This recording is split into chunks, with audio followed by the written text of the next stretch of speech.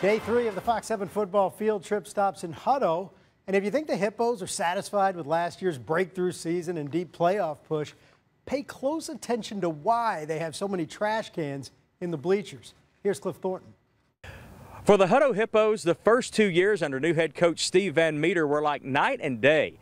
After last year's surprisingly deep run in the postseason, the Hippos hope that the sun is still shining on year 3.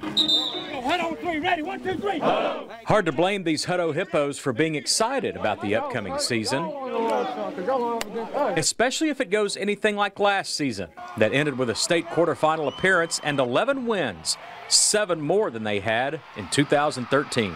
It was a matter of getting a new coaching staff in and getting the kids, learning our system. We started getting more confident as we went through the weeks. It was a fantastic year. When he first came in, we bought into it.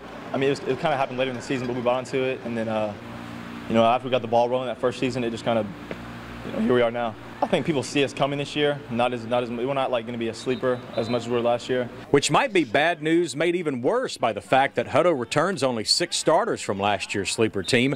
But this year's Hippos are quick to remind that the faces replacing those that were lost might be unfamiliar faces, but they're not new.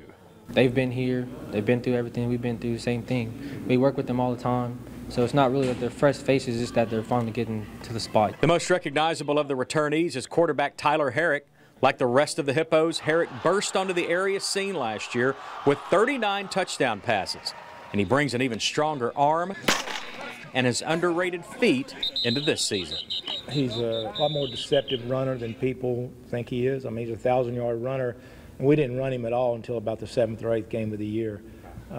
He's learned the offense. He knows it as well as we do right now. My arm strength's improved a lot. We have another year of learning the offense, learning Coach Van's offense. Well, these Hippos might be dealing with heightened expectations after losing many of the starters that helped create the new spotlight, but they're tough enough to deal with it thanks to those off-season team bonding events. We're not talking about team trips to the movies or those weekend retreats. They do it old school in Hutto with these bleachers and eventually one of these. Every day you're going out there and doing bleachers, it's like one of the hardest things you can do. And I mean, everyone's throwing up and it's just it builds camaraderie. I went and brought 8 or 9 new trash cans and lined them up on the bleachers and asked them, I said, what are these for? And they all knew the answer. That's how I was brought up. It was always, we felt like we were in better shape and mentally tougher than any team we ever played. I think that becomes a very important fact of your program, that nothing we do is punishment. This is how we train, and this is how you win football games.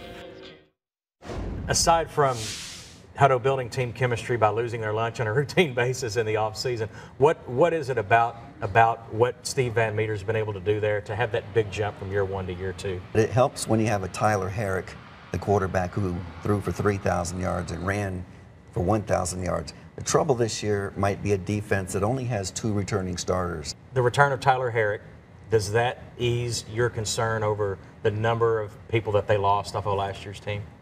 Well, Tyler doesn't play defense, so I'm still concerned a little bit about that defense because they lost some big names on that defense. They had 2 all-Central Texas defensive linemen. I'm not concerned about the offense. Tyler is a very good quarterback. Some college needs to come in and get him to sign on the dotted line. I don't know how he doesn't have any offers yet. I'm not concerned about that offense. They will get that going, but we'll find out what happens with that defense, though. It looks like going into their district that there's a pretty definite line between the 4 teams that will make the playoffs and those that won't. Do you agree with that, or is Hutto's defense so much of a concern that you think that a playoff spot might be in jeopardy?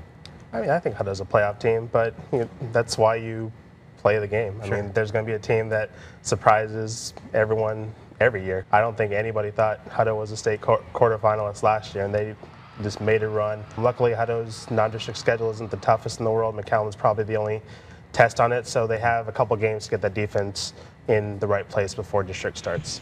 State quarterfinal team again? Coach Van Meter's now in his 3rd year. He's got a well-organized team. You can see them running up the bleachers every day until they puke, as you said. But I just don't think that they've got the firepower to make it that far. Danny Davis and Rick Cantu helping us out, as they will all week long. You can see this story and all of our field trip stops on my Facebook page soon after they air. Later at 10:21, Rick and Danny unveil their potential surprise teams for this season. Tomorrow, John High pays a visit to LBJ.